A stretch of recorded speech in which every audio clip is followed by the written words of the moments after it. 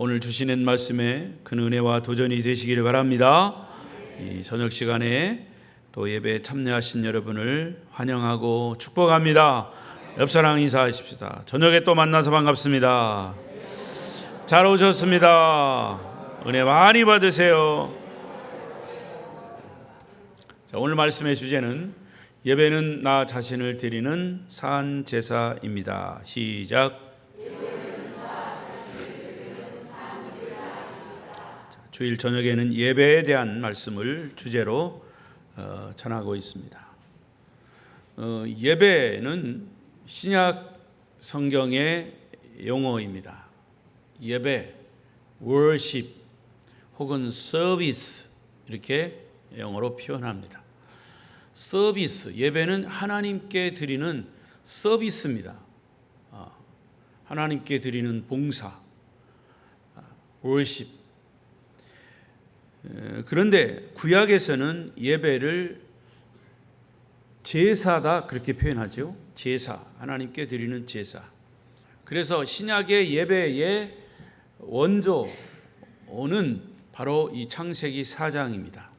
가인과 아벨이 하나님께 드린 제사가 바로 예배의 시조인죠. 예배의 원형이라고 볼 수 있어요. 잘못된 예배가 뭐냐? 하나님 앞에 드리는 올바른 예배가 뭐냐? 이것을 성경에서 바르게 알려주고 있습니다. 창세기 1장과 2장은 하나님이 천지를 창조하신 부분, 사람을 창조하신 부분이고 3장으로 가면 여러분 아시다시피 인류 역사에 아담이 하나님께 불순종해서 죄가 들어옵니다. 그래서 3장에 가면 인류 역사에 죄가 처음 들어온 모습이 기록되어 있죠. 그런데 이 죄의 속성이 거기에 나타나 있습니다. 죄의 속성이 뭐냐? 죄의 본질이 뭐냐? 죄의 속성은 여러 가지가 있습니다. 그런데 죄의 속성 중에 하나는 반드시 자라난다는 것입니다. 자라난다는 거예요. 자, 보십시오. 야고보 1장 15절 너무나 잘 아는 말씀이죠. 시작. 욕심이 잉태한 즉 죄를 낳고 죄가 장성한 즉 사망을 낳느니라. 욕심이 처음에는 욕심이에요. 욕심도 죄입니다. 근데 욕심이 자라면 역시 죄가 되고 죄가 자라면 장성한다는 거예요. 커간다는 거예요. 그리고 결국에는 사망에 이른다는 거죠. 그래서 창세기 3장에 보면 첫사람 아담이 죄를 짓자마자 하나님과의 관계가 딱 끊어집니다. 그러자 아담이 하나님을 피하기 시작합니다. 하나님을 피하는 것 자체가 죄입니다. 그런데 하나님이 아담을 찾으십니다. 아담아, 내가 어디 있느냐? 하나님이 몰라서 찾으신 게 아니에요. 죄를 짓고 숨은 아담을 다시 회복하시기 위해서 사실은 하나님이 아담을 찾으신 거예요. 그때 아담이 뭐라고 대답하느냐 하면 내가 두려워서 숨었나이다. 자, 여기에 죄의 속성이 또 있습니다. 죄는 두려움이 내포되어 있습니다. 자, 이렇게 아담이 범죄하지 말자 하나님과의 관계가 끊어졌어요. 이게 죄의 속성인데 하나님께서 첫 남편과 아내로 부부로 맺어 주었던 아담과 하와의 그 부부 관계가 이제 벌써 죄로 인해서 나누어지는 것을 봅니다. 아담이 죄를 짓고 나서 선악과를 따먹고 나서 죄를 범죄하자마자 죄에 대한 책임을 전가시킵니다. 아내에게 전가시키죠. 이것이 죄의 속성입니다. 자기가 잘못해놓고 꼭 다른 사람을 핑계대요. 그 잘못을 아내에게 돌리고 있습니다. 죄의 속성입니다. 또 창세기 4장에 보면 부부관계가 나누어지고 형제와 형제 사이의 관계가 단절이 되고 본문의 말씀이죠. 4장. 또 형제 사이의 불화와 단절로 인해서 믿음의 백성과 불신앙의 백성이 나누어지고 죄가 점점 장성해 감으로 엄청난 비극을 초래하게 됐습니다. 그래서 오늘은 이러한 죄에 대한 뿌리, 이것을 근간으로 해서 죄가 다시 어떻게 시작이 되었나 살펴보려고 합니다. 특히 하나님께 드리는 이 제사 사건을 통해서 하나님께 어떤 제사가 올바른 제사이며 어떤 예배가 올바르지 않은 예배인가를 살펴보려고 합니다. 여러분 너무나 잘 아는 내용이죠. 비슷한 환경에서 자랐습니다. 형 가인과 동생 아벨. 형 가인은 농사를 짓는 사람이었기 때문에 농사를 짓고 추수한 열매를 제물로 드려서 제사를 드렸습니다. 동생 아벨은 양을 치는 사람이었기 때문에 양의 새끼로 제물을 드렸습니다. 그런데 하나님은 동생 아벨의 제사는 받으시고 가인의 제사는 받지 않으셨다라는 결론에 이르렀습니다. 어떤 차이가 있습니까?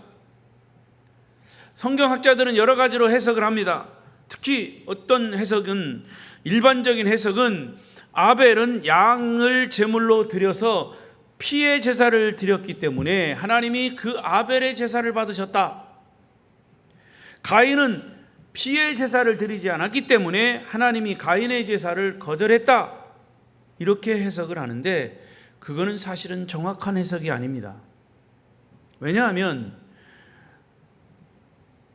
구약의 레위기 2장 1절 이하에 보면 하나님이 꼭 피의 양의 제물을 받으신 것만은 아닙니다. 꼭 피의 제사만 받으신 것이 아니에요. 여러 제사 가운데 5가지의 레위기에 5가지의 제사가 나오는데 거기에 소제라고 하는 제사는 곡식으로 드리는 제사예요. 그러니까 하나님은 곡식으로 드리는 제사도 기쁘게 받으신 겁니다. 그런 의미에서 보면 가인이 드린 제사를 왜 곡식을 드렸다고 안 받으신 건가? 그것은 아니다는 얘기죠. 따라서 제물이 곡식이냐 제물이 짐승이냐에 따라서 하나님이 제사를 받으시고 거절하시는 것은 옳지 않은 해석입니다. 그렇다면 왜 하나님이 가인의 제사는 거절하시고 아벨의 제사를 받으셨을까? 이 질문은 우리의 제사 예배가 하나님께서 받으시는 예배가 되고 우리의 삶 자체가 하나님이 받으시기에 합당한 삶이 되는 데 있어서 반드시 해답이 되어야 할 중요한 질문입니다. 그 해답을 오늘 이 말씀을 통해서 여러분 바로 찾으시기를 바랍니다.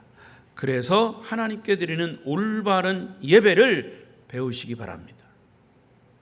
아멘. 네. 넋놓고 앉아 있으면 아멘을 언제 하는지 모르니까 정신 차리세요. 첫째, 예배는 여기 있네요. 시작. 예배는 가장 깨끗한 첫째 곳으로 드려야 합니다. 자, 4절을 보세요. 4절. 예, 시작. 아벨은 자기도 양의 첫 새끼와 그 기름으로 드렸더니 여호와께서 아벨과 그의 제물은 받으셨다. 아벨은 양의 첫 새끼를 드렸습니다.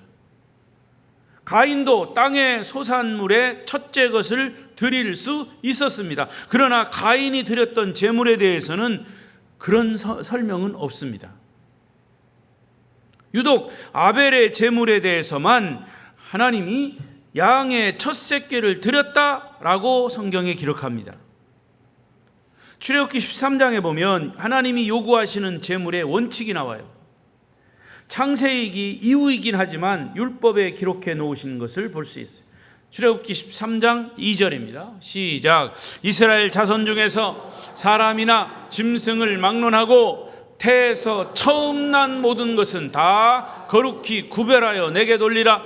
이는 내 것이니라. 여러분, 하나님이 첫째 것에 대해서는 거룩히 구별하여 내게 돌리라. 이것은 내 것이다. 이렇게 얘기했어요. 하나님은 첫째 것을 원하십니다. 자, 12절에 보세요. 시작. 너는 태에서 처음 난 모든 것과 내게 있는 가축의 태에서 처음 난 것을 다 구별하여 여호와께 돌리라. 수컷은 여호와의 것이니라. 그 다음 13절에 또 있어요. 나귀의 첫 새끼는 다 어린 양으로 대속할 것이요 그렇게 하지 아니하려면 그 목을 꺾을 것이며 내 아들 중 처음 난 모든 자는 대속할지니라. 잠언 3장 9절에도 내 재물과 내 소산물의 처음 익은 열매로 여호와를 공경하라. 자, 그렇다면 하나님이 왜 이렇게 처음 것을 구별하라고 요구하시는 걸까? 이유가 뭘까요? 그것은 처음 것의 가장 중요한 특성은 뭐냐? 흠이 없다는 겁니다. 내가 다 쓰고 남은 것을 드리는 것이 아니라 준비된 첫 번째 것을 요구하시는 하나님의 마음을 읽을 수가 있습니다. 그렇습니다. 하나님께 드릴 때는 다 쓰고 남는 것을 드리는 게 아닙니다. 항상 먼저 깨끗한 것을 구별하여 준비된 것을 드려야 하는 것이죠. 여러분의 신앙생활에서 특히 저 같은 경우도 그런 경험을 많이 했습니다. 어릴 때부터 신앙생활하면서 저희 부모님에게 배워야 할 것이 있었습니다. 그것은 헌금을 드리는 거예요. 제가 어릴 때만 해도 종이돈이 흔하지 않았어요. 그래서 어르신들은 헌금을 드릴 때 토요일에는 미리 깨끗한 돈을 준비합니다. 종이돈이 귀할 때라 돈이 구겨지고 막 찢어진 게 있어요. 우리 어머니는 돈이 찢어졌으면 창호지 있죠. 창호지를 잘 이렇게 오려가지고 찢어진 것이다 밥풀로 붙여가지고 대리미로 데려요. 그리고 성경책 속에다 딱 껴놓습니다. 그러면 그게 딱 눌려져가지고 딱 펴져요. 그러니까 헌금을 미리 준비해서 어르신들도 드리고 우리들에게도 꼭 그렇게 드리도록 훈련을 하셨어요. 10원짜리 종이돈, 참 10원짜리 종이돈 보기도 어렵죠. 근데 그 10원짜리 종이돈을 그렇게 데려가지고 그 누런 봉투, 봉투 흰 봉투가 어디 있습니까? 그때는 누런 봉투 거기에다가 넣어서 헌금을 드리도록 그렇게 훈련을 받았습니다. 그는 어떻게 보면 아름다운 신앙의 전통, 꼭 그런 누런 봉투에다 하라는 것은 아니지만 그만큼 준비하라는 거죠. 예물을 미리 준비해서 드리는 것이 사실은 시대가 달라져도 보존돼야 할 전통입니다. 여러분, 하나님께 예배할 때 가장 첫 번째 깨끗한 것으로 준비하여 드리시기를 바랍니다. 두 번째는 예배는 시작. 예배는 가장 좋은 것으로 먼저 드려야 합니다. 할렐루야. 아벨의 제물 가운데 성경이 특히 강조하는 또 하나의 특징은 뭐냐? 아벨이 기름으로 드렸다. 4절에 보면 아벨은 자기도 양의 첫 새끼와 그 기름으로 드렸다 그랬어요. 오늘 우리에게 이 말씀이 별로 실감이 안 날 겁니다. 기름이 좋은 건가? 좋은 거예요. 오늘날처럼 영양을 과다하게 섭취할 때는 이런 시대에 살고 있는 우리에게는 기름이 좋은 것이라는 말이 사실은 전혀 와서 닿지 않습니다. 지금은 오히려 고기를 먹을 때 기름은 지방이니까 다 제거하고 먹죠. 과거에 고기가 귀할 때는 살코기보다는 기름이 더 맛있고 영양이 좋다고 생각을 했어요. 구약 성경에 사무엘상에 아주 재밌는 사건이 나와요. 들으셨을 거예요. 엘리 제사장 아들들 홈니와 비느하스, 그들은 제사를 드릴 제물을 가지고 장난치고 있습니다.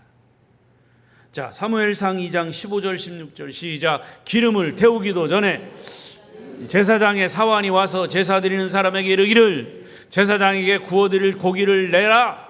그가 내게 삶은 고기를 원하지 아니하고 날 것을 원하신다 하다가 그 사람이 이르기를 반드시 먼저 기름을 태운 후에 내 마음에 원하는 대로 가지라 하면 그가 말하기를 아니라 지금 내라, 내게 내라. 그렇지 않으면 내가 억지로 빼앗으리라.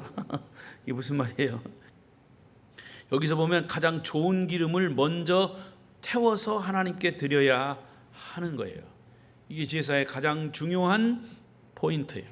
기름이 중요한 것이기 때문에. 그래서 기름을 먼저 태워서 하나님께 제사해야 됨에도 불구하고 이 엘리 제사장 홈니와 비느하스 두 아들들은 아주 제사장의 아들들이지만 망나니들입니다. 자기들이 먼저 먹어야 되겠다는 거예요. 만약에 안 주면 어떻게 한다고 그랬어요? 억지로 뺏어 먹겠다는 거죠. 하나님께 드려야 될 것, 더군다나 제사장의 아들들이 하나님께 드려야 할 제물을 하나님께 드리기 전에 자기들이 좋은 것을 먼저 먹겠다는 것, 안 주면 뺏어 먹겠다는 것. 여기 보면 기름을 먼저 태워서 하나님께 바치도록 되어 있습니다. 가장 좋은 것을 먼저 하나님께 바친다는 하나의 상징적인 부분이에요.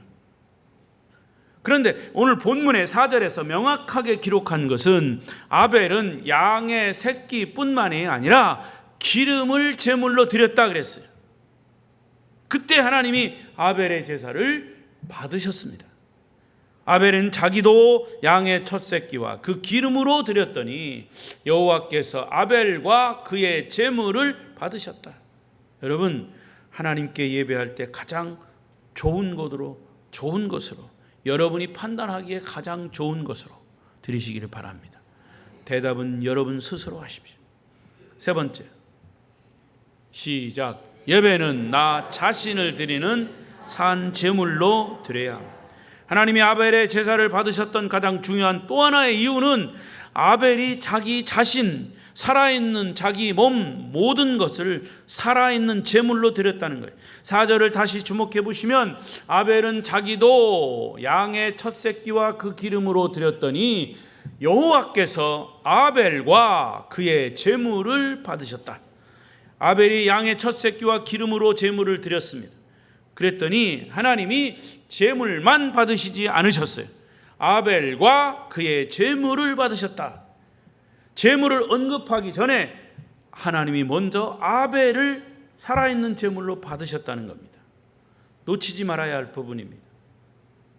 가인에 대해서도 동일하게 기록되어 있어요.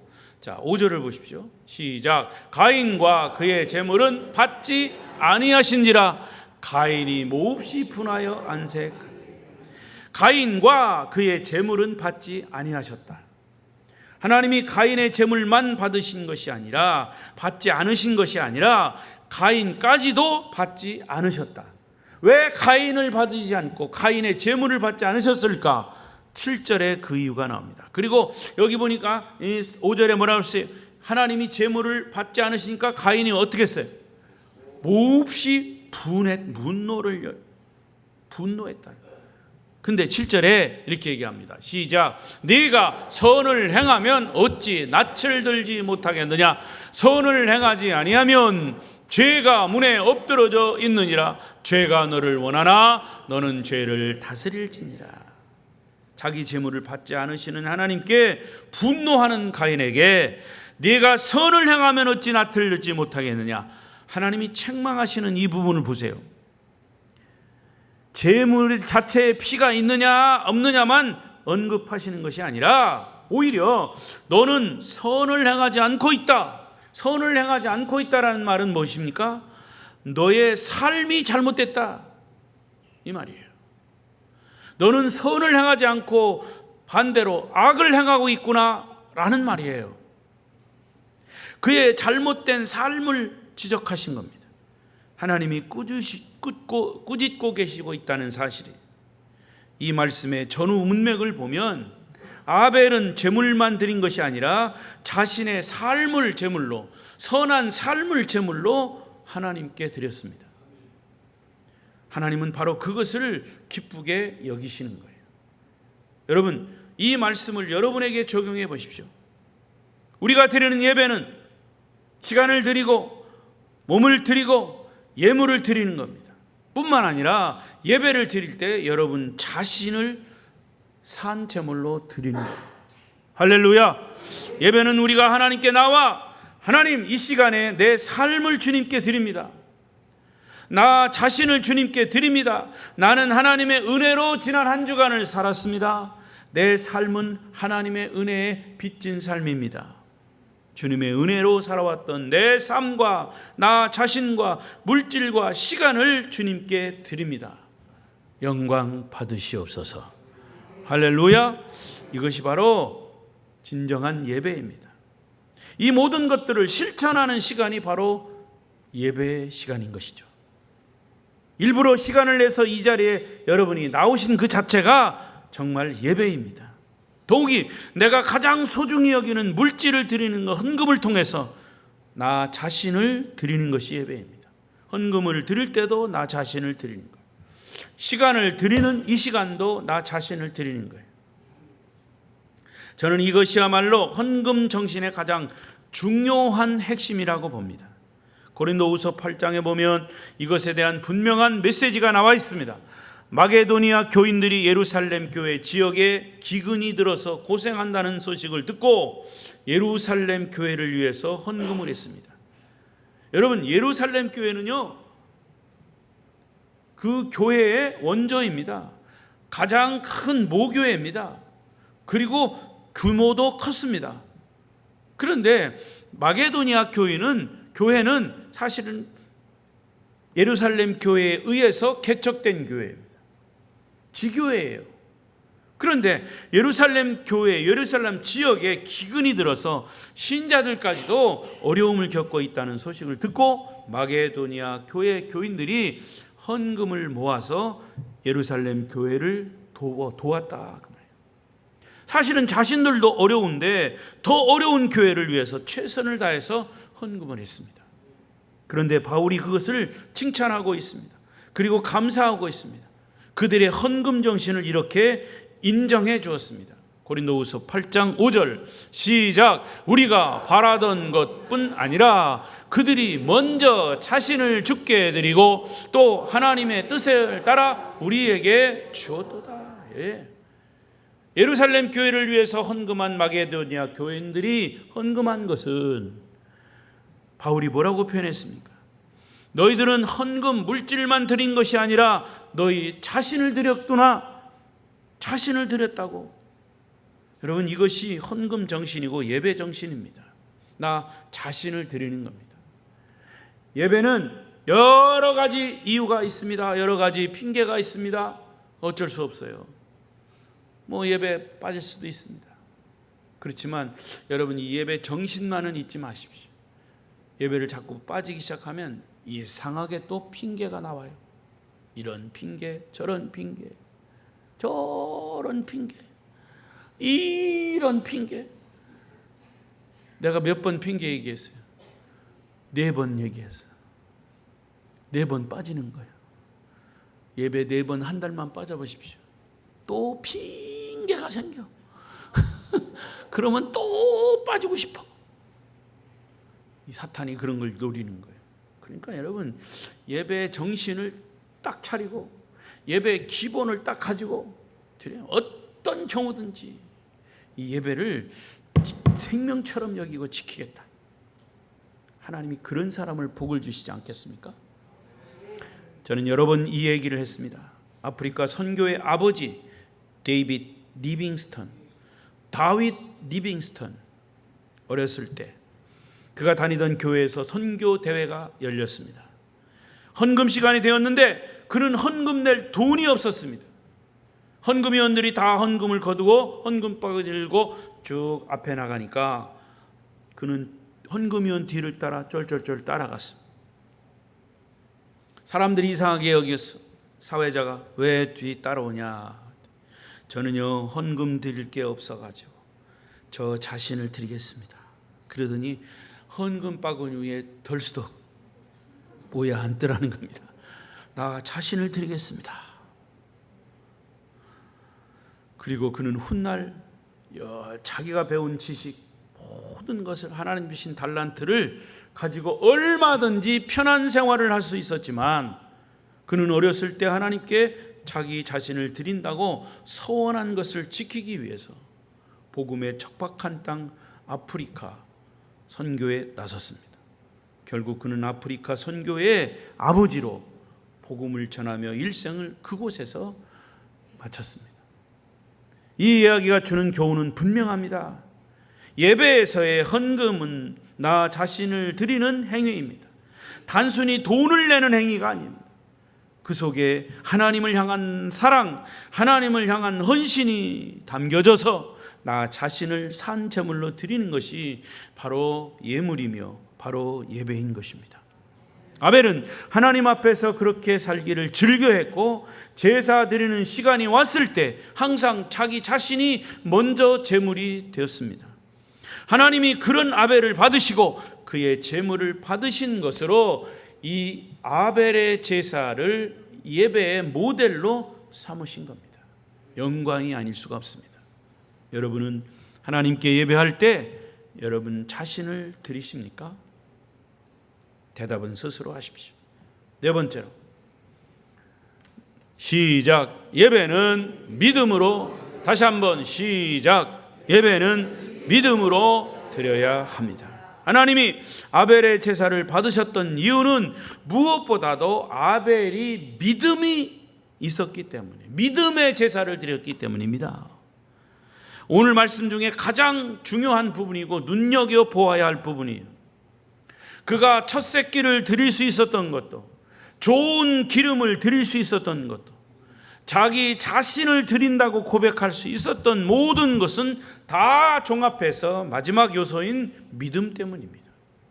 여러분이 믿음이 없으면 이 자리에 나오실 수 있었겠습니까? 예배는 믿음으로 드리는 겁니다. 아벨은 예배를 믿음으로, 제사를 믿음으로 드렸습니다. 자, 이것을 신약 성경의 기자, 히브리 기자가 우리에게 증언해 주고 있습니다. 히브리서 11장 믿음장입니다. 4절을 읽겠습니다. 시작.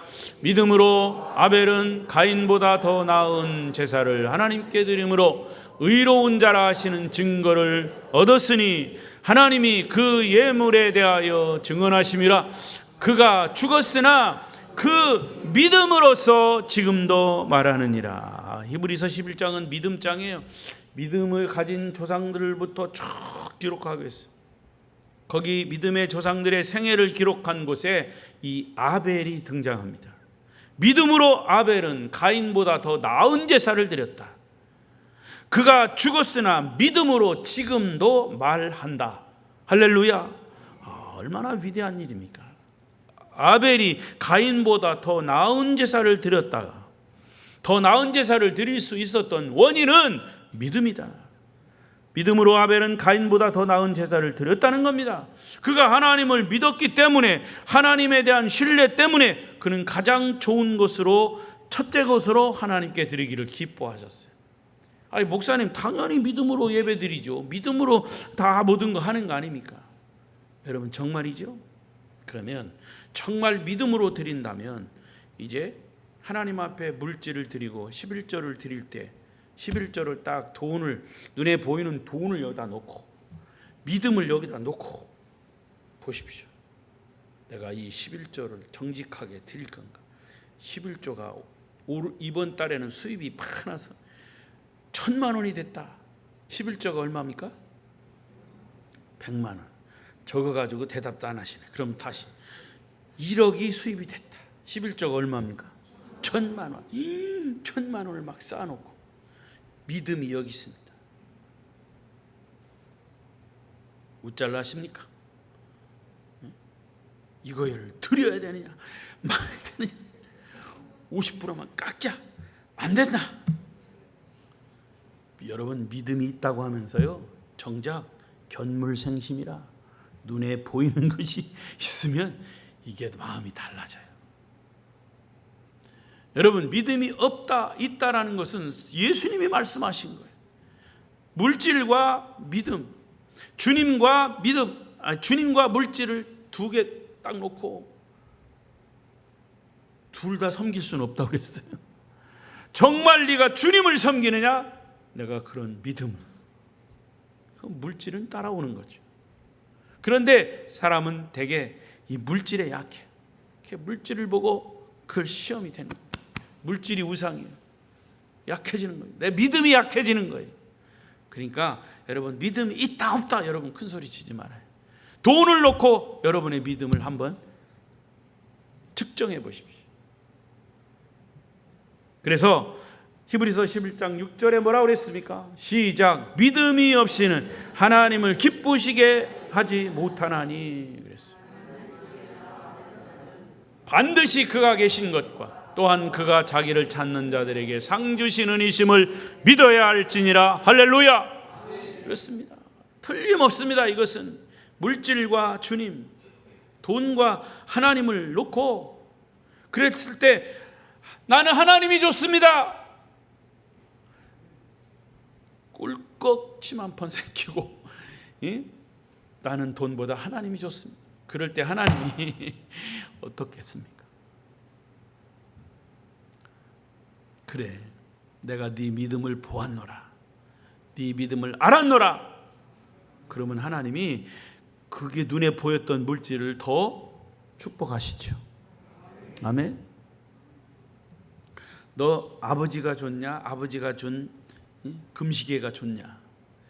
아버지가 준 금시계가 좋아요. 그러면 아버지가 서운하겠죠. 아니요, 아버지가 금시계 주었으니까 아버지가 더 좋아요. 그러면 나중에 금시계보다 더 좋은 다이아몬드 시계 사죠. 그거 아닙니까 여러분? 그런데 우리 인간은 그걸 몰라요. 여러분, 하나님을 기쁘시게 하는 것은 하나님을 전적으로 믿는 믿음입니다. 하나님을 전적으로 믿는 믿음, 그 예배를 하나님이 받으십니다. 그리고 내가 욕심냈던, 내가 부러워했던 그 물질은, 건강은 하나님이 보너스로 주시는 거예요.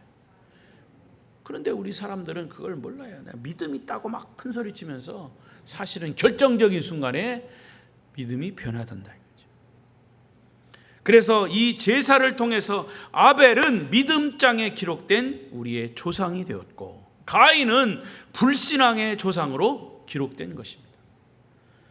여러분, 여기서 우리는 가인에 대해서 유다서 기자가 어떤 기록을 하고 있는가 주목해 보십시오. 신약의 유다서 1장 5절 시작. 너희가 본래 모든 사실을 알고 있으나 내가 너희로 다시 생각나게 하고자 하노라.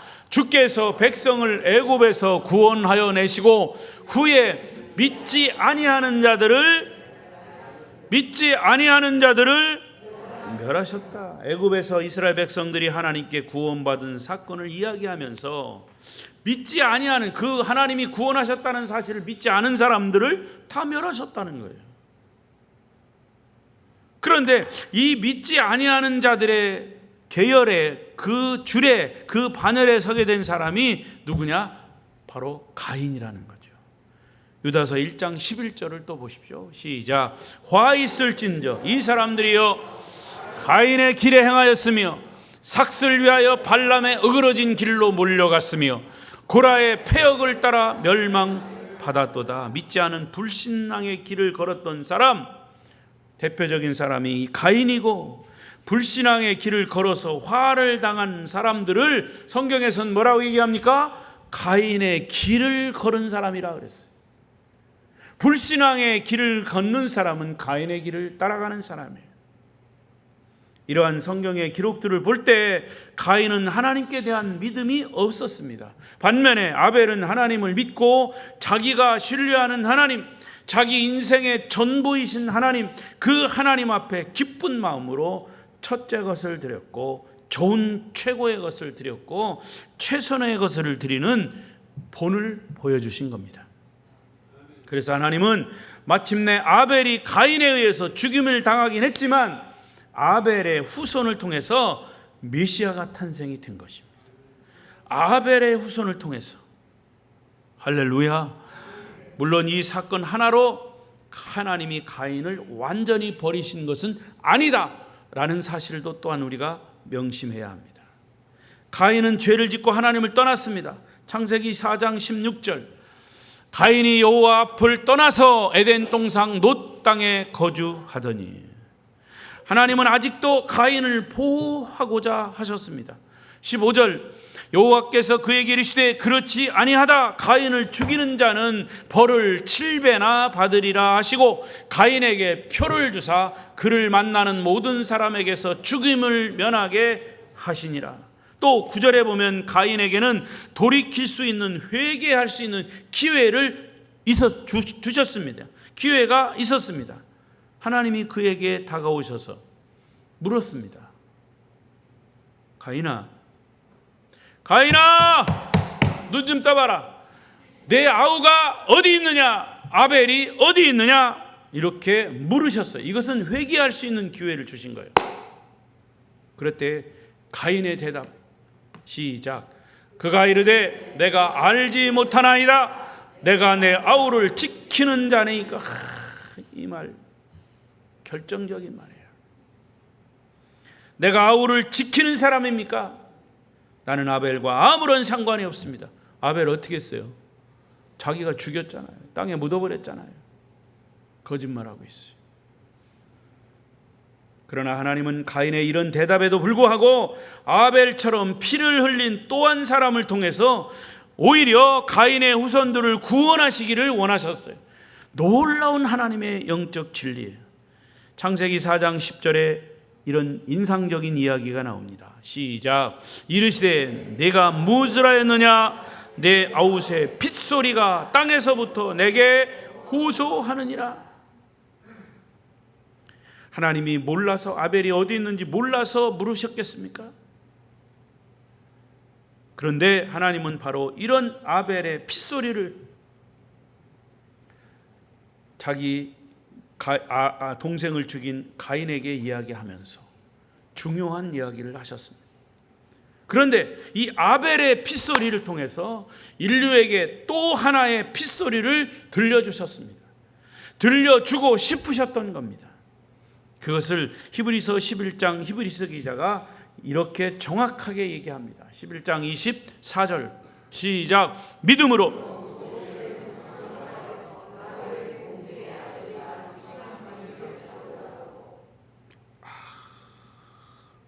이게 뭐 잘못됐네. 찾아보겠어요. 11장 이건 찾아봐야 돼요. 히브리서 11장 자, 정신 차리고 찾으세요.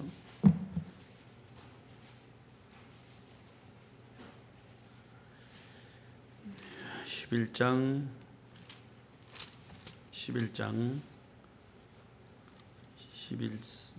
거기 새 언약의 중보자가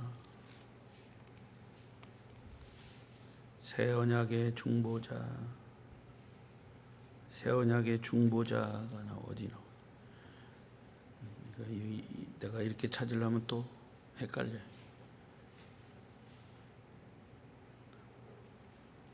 히브리서 11장 새 언약의 중보자 12장?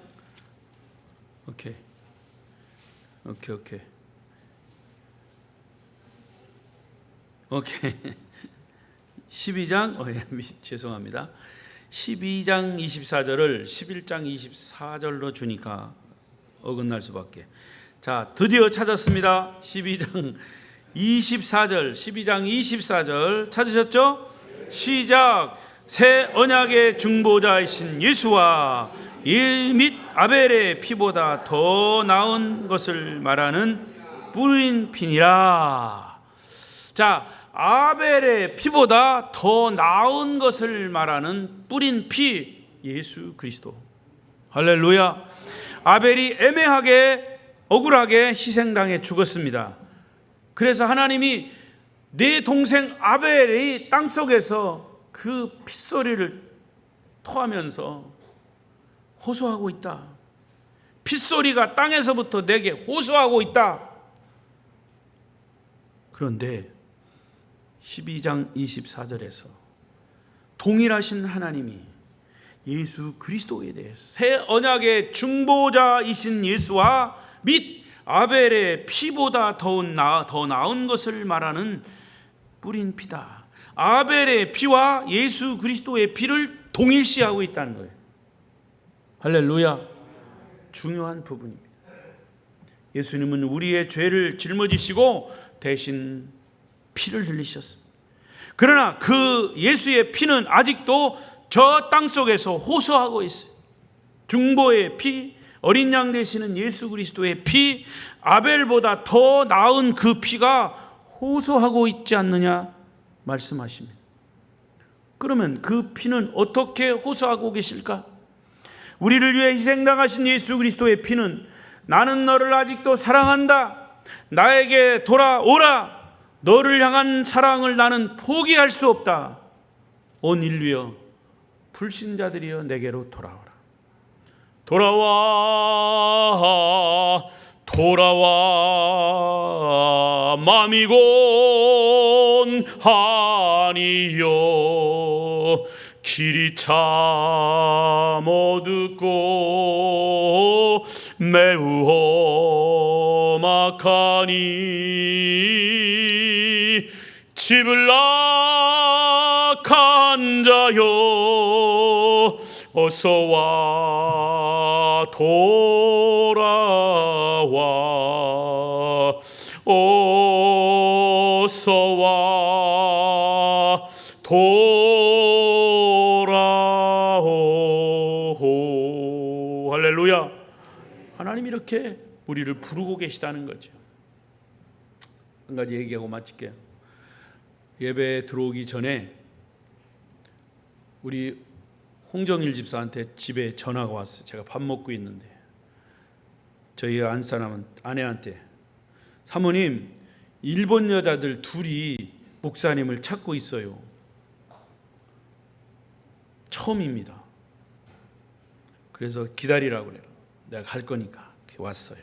보니까 일본 여자들의 특유의 이러는 거 있잖아요. 내가 딱 생각해 보니까 통일교인들이야. 물어봤어요. 강진에 살아요? 그랬더니 저 군동에 산대요. 한국에 온 지 얼마나 됐어요? 25년 됐대. 한국말을 잘해요. 왜 오셨어요? 왜 저를 찾았어요? 남북 통일을 위해서 기도해달라고 왔대. 기도하고 싶어서 왔대. 뜬금없이 왜 교회 와서 남북 통일을 위해서 기도해달냐. 딱 걸렸지 나한테. 통일교회에서 왔구만. 예, 맞대. 아니 그러면 우리 정통 기독교가 통일교를 이단위로 여기는 줄 알아요? 내가 그랬죠. 눈이 이만해가지고 그래요.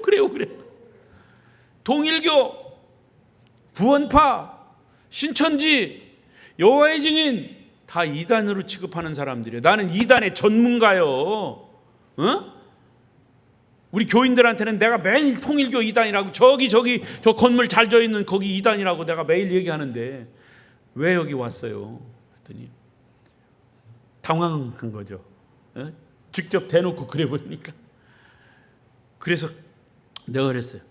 아니 여기 와서 통일교인들이 우리 교회 와서 뭐 하려고? 목사 만나서 뭐 하려고? 그러니까 통일을 위해, 남북 통일을 위해서 기도하는. 통일을 위해서는 우리 예배 때마다 기도하고 있어.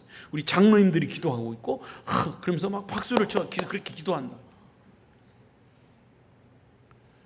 만약에 우리한테 통일교 전도하려고 왔으면 절대 오지 마라. 못 와. 내가 여기 통일교인들 왔으니까 내가 예수를, 복음을 전할 테니까 우리 예수나 잘 믿어. 통일교 때려치고 그래 버렸어. 그랬더니 목사님이 참 좋다는 거예요. 남편은 이제 한국 사람이고 그 사람들이 보통 그러잖아요. 내가 보니까 강진에 그런 분들이 좀 있더라고요. 통일교인들, 한국 사람들하고 국제 결혼해가지고 통일교 전파하기 위해서 그렇게 연합으로 결혼해가지고 25년 됐대요. 한국말도 잘하더라. 참 어떻게 보면 그 영혼이 불쌍하기도 하고. 그래서 그래도 기도해달래. 그래서 기도해줬죠. 통일을 위해서 두 분 사람. 당신들이 남북 통일, 자기들 때문에, 일본 사람들 때문에 나라가 나누어졌고 뭐 어쩌고 그런 얘기를 하더라고요. 무슨 말인가 알겠지만 통일을 위해서 기도하는, 우리가 통일이 돼도 예수 안에서 복음으로 통일돼야 진짜 통일이 되는 거다. 통일교회 교인들이 기도한다고 통일되는 건 아니고, 그렇게 통일교식으로 기도해도 되긴 하지만 그거 아니고 예수 안에서 복음으로 통일이 돼야 진짜 통일이 되는 거고, 우리는 날마다 기도할 때마다 남북 통일을 위해서 기도하고 있다. 이렇게 우리 교회 와서 또 그런 얘기를 하게 된 것, 고마운 일이지만, 그래서 뭐 이렇게 수시로 언제든지 와서 기도할 수 있냐? 기도는 할 수 있지만 통일교회 교인들이 우리 교회 와서 기도하는 건 난 원치 않는다. 내가 그랬어요. 그 대신 통일교 그만두고 예수 믿고 정통 교인으로 등록을 한다면 내가 인정하겠다. 그랬더니만 뭐 이러기만 하더라고요. 대답은 안 하고. 기도하고 싶으면 당신들 저기 교회 있으니까 거기 가서 기도해야. 그랬더니 뭐 말을 돌려. 나무로 만드는 뭐 건물이 어떻고 막. 그래서 어쨌든 그들을 위해서 제가 기도해 줬어요. 하나님, 이 영혼들이 예수 잘 믿고 영접하고 구원받게 해달라고. 그리고 정말 남북 통일도 예수 안에서 복음 안에서 통일되게 해달라고 그렇게 기도했죠. 그랬더니 하여튼 갔어요. 여러분, 우리는 주님의 이 사랑을 발견하고 주님의 부르심에 응답해서 자신을 주님 앞에 드린다면 우리 주님은 여러분과 저를 기쁘게 맞아 주실 것입니다. 예배에 성공해야 여러분의 모든 삶이 성공할 수 있습니다. 예배를 생명처럼 여길 때 하나님도 여러분의 삶을 책임져 주실 것입니다. 예배의 승리자가 되시기를 축복합니다. 기도하십시다.